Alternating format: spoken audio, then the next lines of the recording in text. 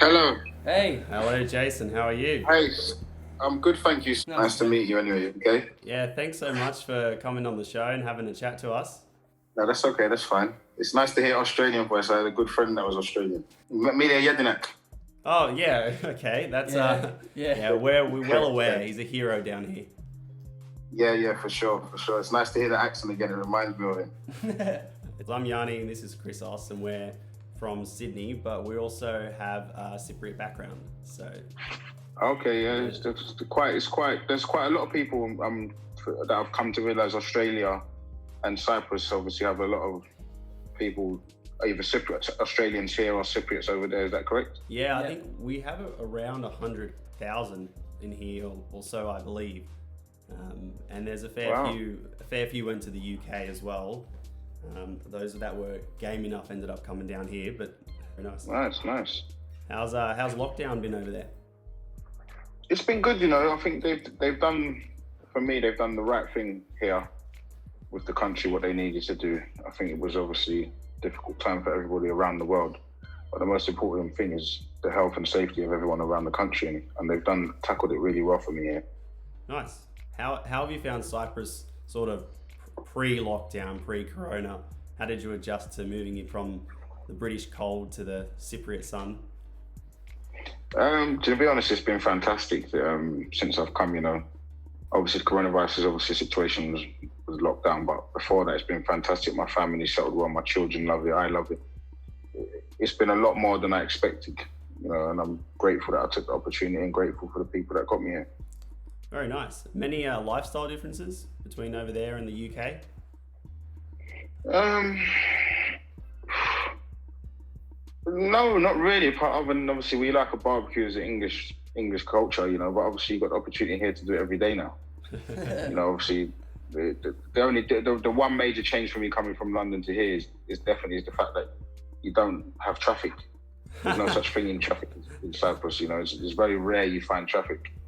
Yeah. And traffic, what you get outside, to me, is what you get outside the football stadium when you leave, and that traffic is like you could leave Crystal Palace an hour and a half after the stadium and there'll still be traffic like that. Wow. Yeah, very, very different to Cyprus. Is this, correct me if I'm wrong, but is this going to be your first Cypriot summer coming in now? Yeah, this will be my first full summer because last year I came in August, so Yeah. I'm gonna enjoy it. Obviously, at the present moment in time, we'll be away for most of July because we'll be away for football. So it'll be, I would experience the whole of June here, which will be a good thing. Let's get ready to get sweaty. I know, I've heard. So have you been using the lockdown to sort of stay fit and active without, all the team training going on? Obviously, it's been difficult, Obviously, I've got myself a bike. I've got a bike in the garden also. Obviously, that's helped me, but it's not the same. You can't replicate. And obviously, a lot of people will tell you for footballers, it's not good to run on hard surfaces.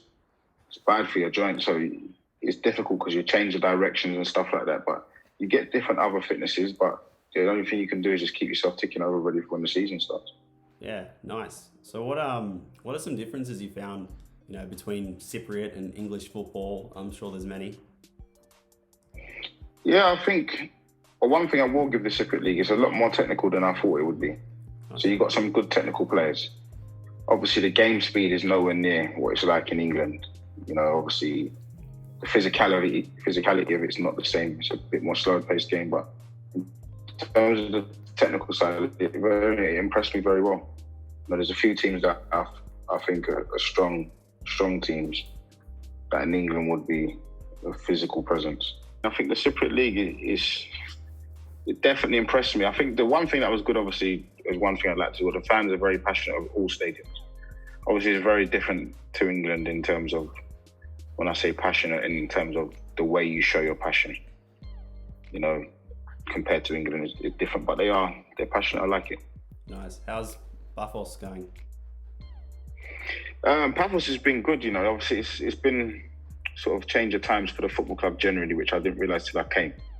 That they was going for a turnaround, what they're trying to achieve, where they want to go. Obviously, we just fell short last season of getting into that playoff spot. That maybe would have been different not having the COVID, but we look forward to next season. We're going to next season with 16 players from last season. which they've never had that before. They've always got 5 or 6 players and they buy loads. So that's a good starting block for us. You know, we've got a good manager in Cameron Toshak. He's been brilliant. Who for me is a Premier League manager in the making. You know, and I think next season we should hope for big things. Very nice. So what appealed you to Paphos over, you know, some of the other bigger clubs in the country? To be honest with you, when you say the country, though, I didn't know of any other interest from any other teams in Cyprus. You know, Paphos was the only one that showed the interest, and then obviously, for me to go to a different country to play football in a different league was always appealing to me from an early age in my career. And to do it now at my age, with the chance of playing European football, that was something that I wanted to take the chance of doing and being part of something special, you know. How are you finding all the stadiums there and the fans? Any sort of favourite places to play at? It's different, you know. It's like, like Anorthosis, that stadium for me is like a proper old school English stadium for me. It's tight, everything's close. Obviously, the way they have the seats, they're set up a little bit different. Like England's is a bit more ground level. The seats they're here, they have them a little bit set up, but that's like a proper old school English ground. But then you got somewhere like Ajax Larnaca, their stadium is very, very modern. You know, it's to what everything else is. So it's different. Nice. We came across one of something you mentioned to the media, something along the lines of Cyprus being unexpected, you know, on and off the pitch. What's anything in particular that's been, you know, different that you didn't expect to see when you got there?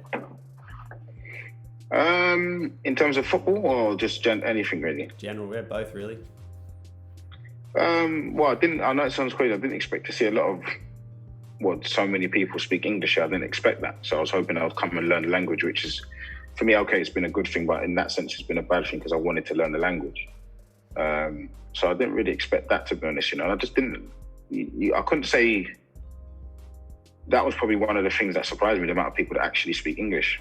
If I'm honest with you, everything else, I can't really sit there and say I'll be judgmental to say, oh, I thought it was going to be like this, I thought it was going to be like that. I just sort of tried to find my feet and let everything take a natural course. How's your Greek going? Siga. Oh, good stuff. All right, he's getting there. So obviously in Cyprus now, what's your ultimate football goal ever in Cyprus? My ultimate goal in football in Cyprus is, look, I've got 1 more year left on my contract, you know. My ultimate goal is for us this season to finish in the top 3 places, if not win the league, and get into that Europa League or Champions League spot for the qualification. That's, for me, is anything else will be a failure. Yep. In terms of like English players over there, do you keep in much contact at all with Derbyshire from Warnia? No, obviously that when we played against him, like, obviously I've known him we know of each other from before. I'd never come across him personally, you know, and spoke to him. But it was funny. It was the guy that played. There was a guy that played for Ammonia, but he used to play for Swansea, left-footed guy. I forgot his name. Can't recall that, you know. Yeah, he's a good guy actually. To be fair, while we was obviously playing, he said to me, "How you finding Cyprus and stuff like that." And obviously we spoke about a few things. If you could describe football in Cyprus in one word, what would it be?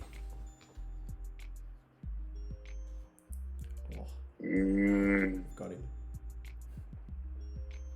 Passionate. Nice. Do you think what do you think's better, the English fans or the Cypriot fans? It's different because, look, obviously, don't take this in the wrong ways. In Cyprus, if the team's losing the game, the home fans will start screaming at their players and stuff like that. England, that doesn't happen. Fans are always supporting their teams and stuff like that. Okay, you go through bad times when that does happen in England. You know, that's sort of a way to be like, do you know what? You need to pull your finger out here. You need to do something. You know, I think it's that it cross sections with 2 passions for me different to what I'm used to. But to the Cypriot people, that's normal for them to what they're used to. You know, so I can't really blame them for their culture and how they are as people. Yeah. Where's your favourite place to go in Cyprus? My favourite place while I'm here, probably like to go to Nissi Beach with my children. We went there last week. That was really good. Yeah, that's probably been my favourite. I do have loads of favourite places. I like going down to Lachi. I love it down there. Obviously, you've got the Blue Lagoon. That's brilliant. They beat the British beaches, don't they? Yes, hell yeah. Hell yeah. Does anyone Definitely. even go to the beach in the UK? I don't know. Well, the problem is in the UK, you can go to the beach probably maximum 10, 12 days of the year, and the beach is packed. Going to the beach in England is basically like going to the beach in Cyprus on Green Monday. You know the beach is going to be packed. You know everybody's going to be there. It's going to be crazy. That's England when it's hot. Whereas Cyprus, I can go to the beach now. Like to them, it's nobody wants to go to the beach now because it's only 26 degrees. Yeah. That's probably a heat wave in the UK. Yeah, definitely. It's massive.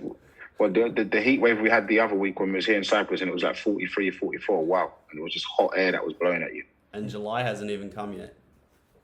I know. I've heard. But the only good thing is I won't be here in July. We'll probably be away in football. Training camp? Yeah, I think we'll be away in training camp, escape the heat. Because obviously, to be honest, to train here, like even when I came in August last year, it's going to be so hot. You're going to have to probably train in the evenings. And even then, it's still really hot. Yeah. Yeah, that's crazy. All right, before we move into sort of more English football, so I'll start with, do you play much FIFA?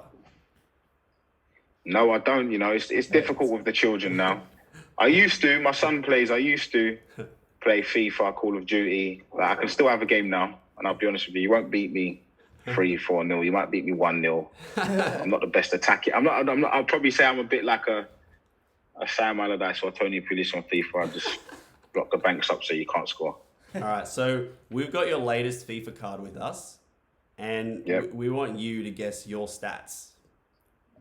So Low. I'll tell you what the stats. So they've got pace, shooting, passing, dribbling, defense, and physicality. And so first one's pace. It's out of 100. So take a guess what they put your pace as. 48. 40. Okay. Shooting. 69. Oh, all right. Passing. 80. Dribbling. 68. Mm-hmm. Defense. 50. and physicality. That should be the highest. 82. 82. All right, and your overall out of 100, what do you reckon they gave you? 72. Ooh. All right, okay. All right, let's start. So, pace. All right, you said 48. They gave you 57. Okay. All right. Ooh, that's not bad. 10 plus. All right, shooting. You said 69. They gave you 68. Solid. Okay. All right. Passing, you said 80. They gave you 74. Okay. We'll have a few words with EA for you. Yeah, for sure. Definitely on that one. Dribbling, 68 you said. FIFA has given you, where's dribbling? 73. All right. Okay. Not bad. Defense, 50 you said. That was very humble. They were giving you 62. Okay. And physicality. We've got physicality, you said, 82. They gave you 66. That's not good. Definitely physicality is probably one of my big parts of my games now, so I don't know where they got that from. And then overall, you're spot on. You said 72, but they gave you 73. So not bad. Okay. Nice silver card. Decent. What are your thoughts? It's gone down a long way from where I used to be. So, playing as both the number 10 and a winger in the centre mids, sort of which position do you prefer? Centre mid, it's completely different game of football compared to how I used to play. Like those positions don't really fit me the way that I play now. The centre mid spot is for me really. Nice, good stuff. So, being of Jamaican descent, have you ever considered playing for their national team, or have they ever approached you or anything? They have approached me, and obviously, look, the truth of the matter is I wasn't born in Jamaica myself. My family was. And one person I would have played for Jamaica for was my nan. And I asked my nan, and my nan was like, look, you got to worry about your career here and stuff like that. She said, if it's going to be detrimental to your career at Palace at the time, don't do it. And at the time I was 28, 29. And obviously Adrian Mariappa was doing it, and he wasn't really playing at the time. I'm not saying that inhibited him not playing, but I remember he was coming back on a Thursday, Friday before the game. You know, and if you're in that position and you're coming back then and you've got to play a game on a Saturday, I think your form can only go one way. Yeah, For me, and then I think it then affects your club form. I think it was, at that time, it just wasn't right for me. Makes sense. That sounds good. So you were named in the PFA Team of the Season. Was it 2010? I think it was. I've done a few seasons I was in that team, I think. How does that sort of help you confidence-wise? Yeah, definitely. I think it's brilliant what they do, because I think in the lower leagues, like when you're in League 2, League 1 or the Championship, they're the accolades that sort of put you up there. Even if you're not in a team that's got into the playoffs or that's got into promotion positions, you could be a player that's played in a team that finished 12th, but you've had a great season. It gives you just that sort of accolade to be like, you know what, he's been good. Whereas like in Championship teams, you know who's the good players, you know who had a decent, because it's out there, it's spoken about, there's many more games on TV, the same with the Premier League, you know? Yeah, for sure. Yeah, makes sense. You got the next one.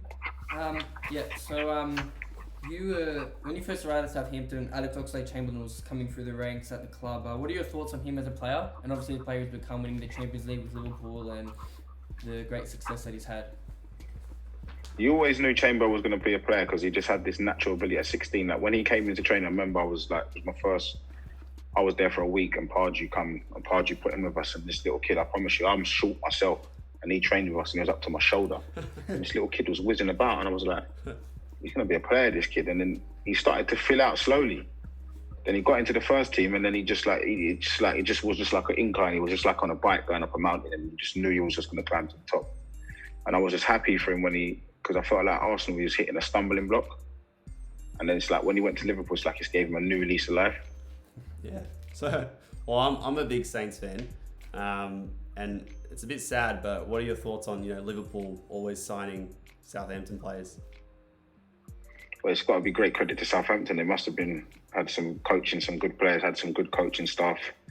The amount of players they sold there, it just shows you what they was creating there. They're known for their youth and their academy. Is there any insight into what they're doing down there that's making them so good? The only thing I will say is when you go down there, you sense a great family culture. And when I say that, when they take the children to the football, the whole family goes, they watch the game and stuff like that. If we was going on a Sunday and the kids was playing, you'd see the whole family going to watch. It's a great family culture like that for me there. But I'd also say is those kids from a young age are drilled to be professional, to give everything every day in training and stuff like that. And I just look at it and just think it's just fantastic. I remember once I trained with the kids, I was training with Luke Shaw, James Ward-Prowse, Callum Chambers, who else was in there? Lloyd Isgrove. He went on to play, had a good league. Jordan Spence was Jordan Turnbull, sorry. And those kids went on to be fantastic. It was brilliant. Just quiet kids, good. Jason Dodds was the coach at the time. He was a brilliant guy. All right, speaking of Southampton, I'm not sure if many people have asked you this or gotten you to talk through it, but the moment that you had to go off the pitch to take a trip to the lavatory. Mm-hmm. I think it's self-explanatory. I don't think it's something that needs explaining. It is true I did need to go toilet. Is it as and I did go to toilet and come back out.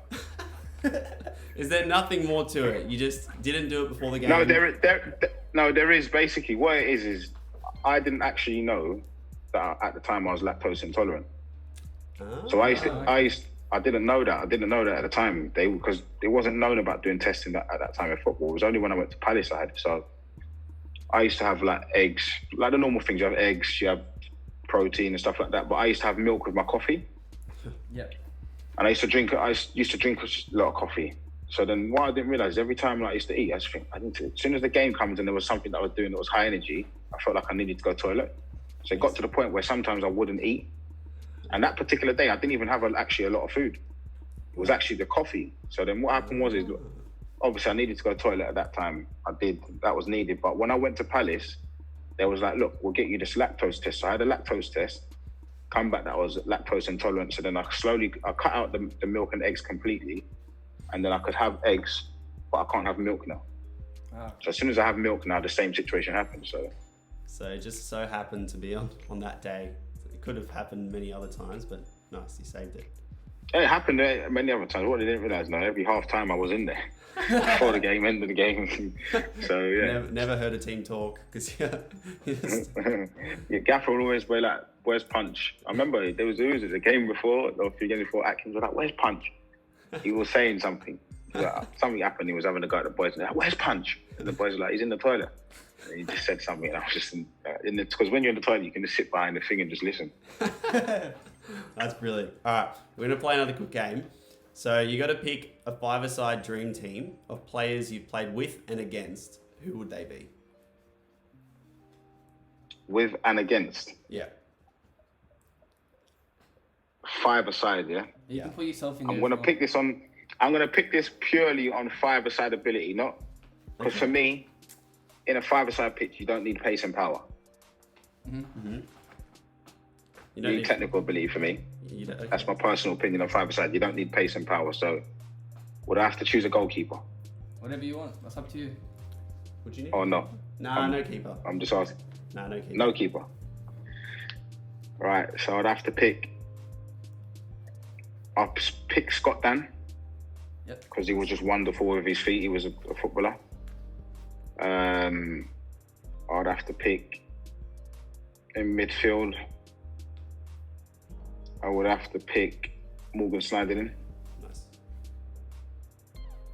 But saying that, then I'm picking all players that I've played with, ain't I? So it's a bit Well, difficult. you know them the best. I'll tell you what then.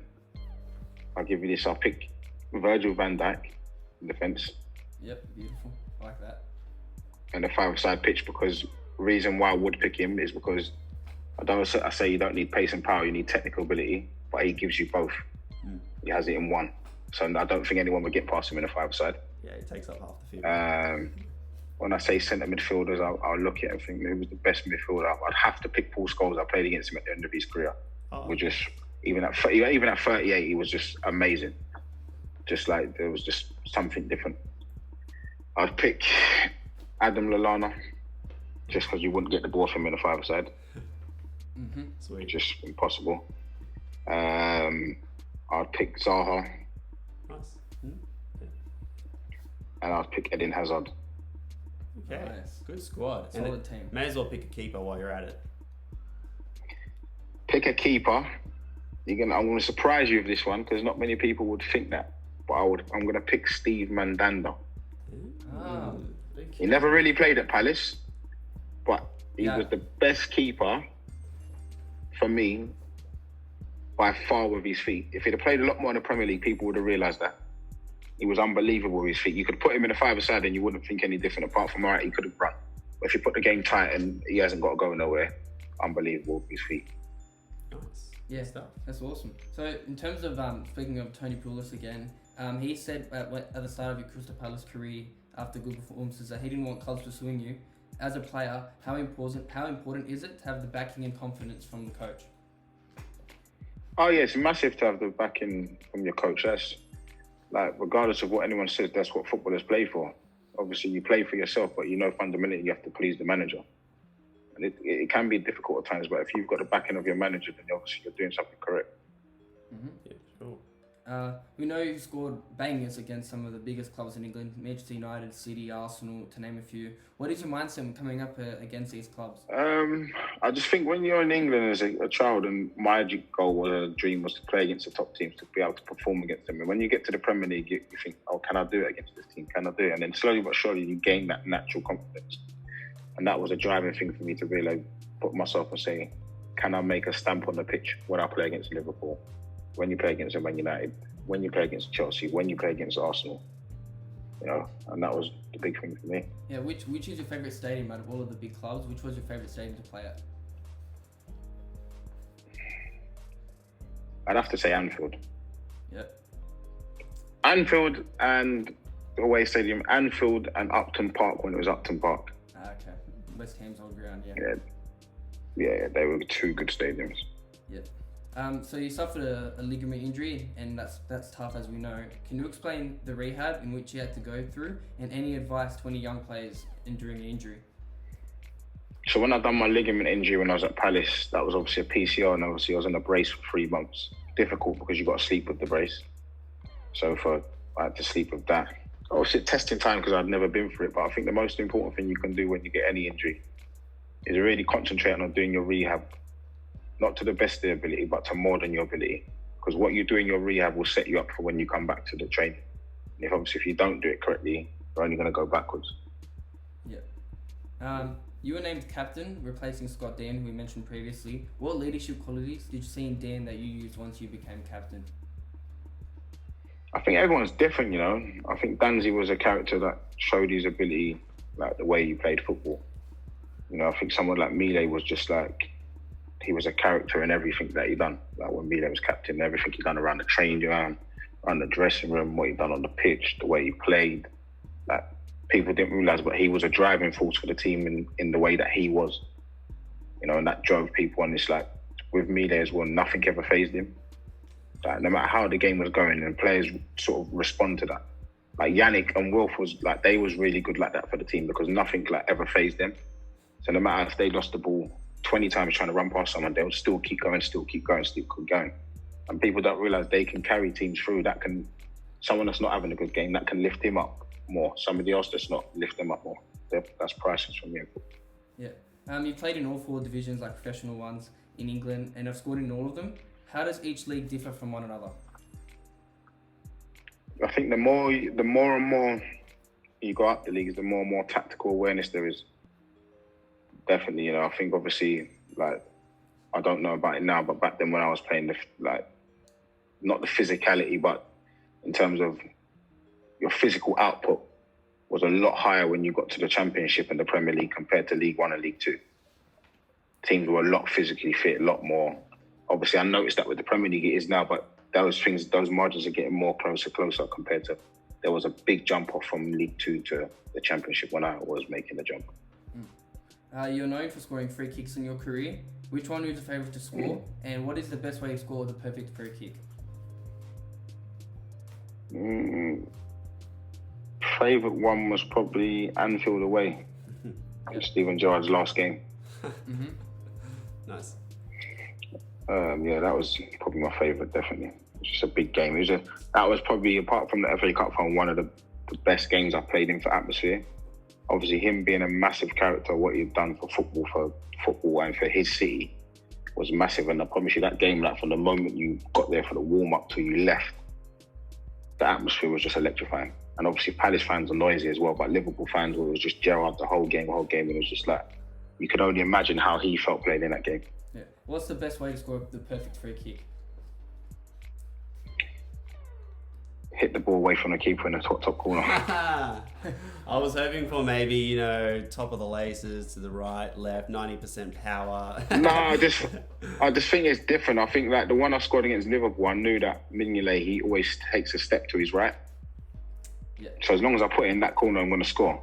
And then I scored one against Joe Hart, and I thought, you know what, if I get this over Yaya Touré's head, I score. Yeah. Because he's a massive, so that's the only way I score is over his head and up and down. Nice. Makes sense. You know, there is different. So, what was it, back to Mile, what was it like playing with an Aussie? He was brilliant. I spent a lot of time with Mile on and off the pitch. Like our family spent time together. He was just one of those people that stuck out. I've had a few people like that in my career that have obviously had great careers and just stick out like that. And you look at them and think, you know what? He's a massive character, and obviously you just want to see him back at it. And for me, I think Mile will go into managing or coaching, definitely. He's got a lot to offer. What are the plans for the rest of your career? Hopefully not retirement anytime soon. I don't know. We'll see. I'm not thinking about it yet. I'll see what happens this season and then take it from there. I guess, so when the sad time does come to hang the boots up, any plans? No, not really. Just I'm doing my coaching badges is something that I may want to do. Nice. You know, I've looked into it, but obviously a lot's happened in this pandemic, so obviously things will start to pick up their way soon. So it's just relaxing, and if I'm honest, I'm just enjoying what people would say the twilight is. Hi all, hope you're well. If you could subscribe to Mavro Productions, that would be great. Thank you.